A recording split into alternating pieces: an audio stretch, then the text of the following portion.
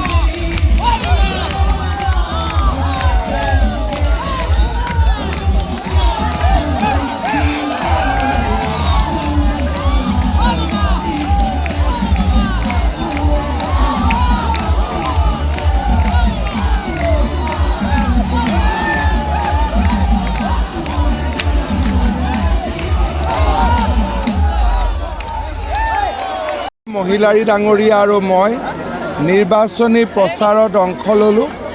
ইমান বৰষুণ আৰু প্ৰতিকূলৰ মাজতো 50,000তকৈ অধিক ৰাইজৰ উপস্থিতিয়ে নিশ্চিত কৰিছে যে এই সিটত NDAৰ প্ৰাৰ্থী অৰূপ কুমাৰ দে বিজয়ী হ'ব।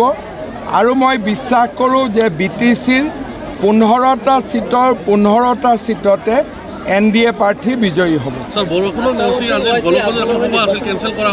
গোলকগঞ্জতো বহুত মানুহ আছিলে, মই টেলিফোনতে ক'বলগীয়া হ'ল।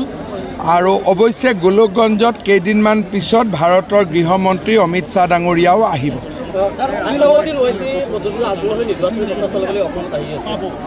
মোৰ হাতত তেনেকুৱা কোনো খবৰ নাই আৰু মই নাজানো এই বিষয়ে।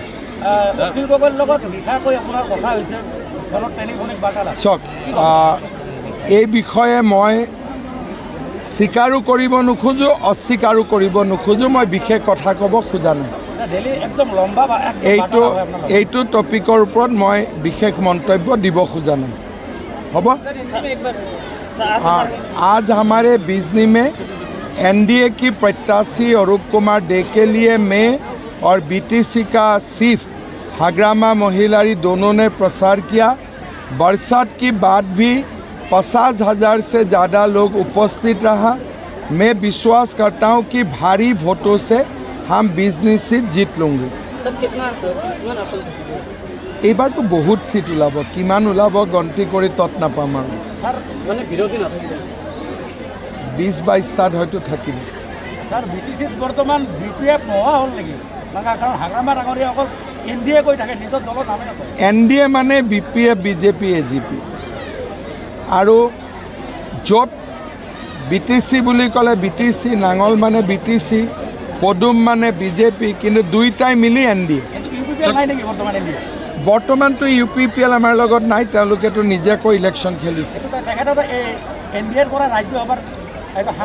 ঠিক আছে, মোৰ নিয়মটো হ'ল কি যে যোনে যি পাব লাগে সেইটো পাব লাগে, কিন্তু BTCৰ উন্নতিৰ কাৰণে আজিৰ দিনত BJP আৰু BPF লগ লাগিলেহে কাম হ'ব।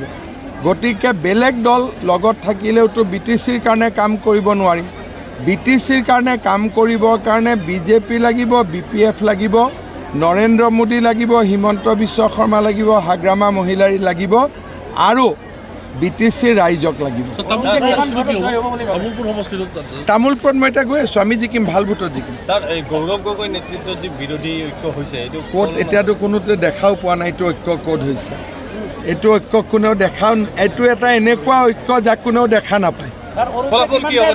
এই মানে কিমান ভোটত জয় হ'ব বুলি ভাবে? অৰূপে ভাল ভোটত জিকিব বুলি মই বিশ্বাস কৰোঁ।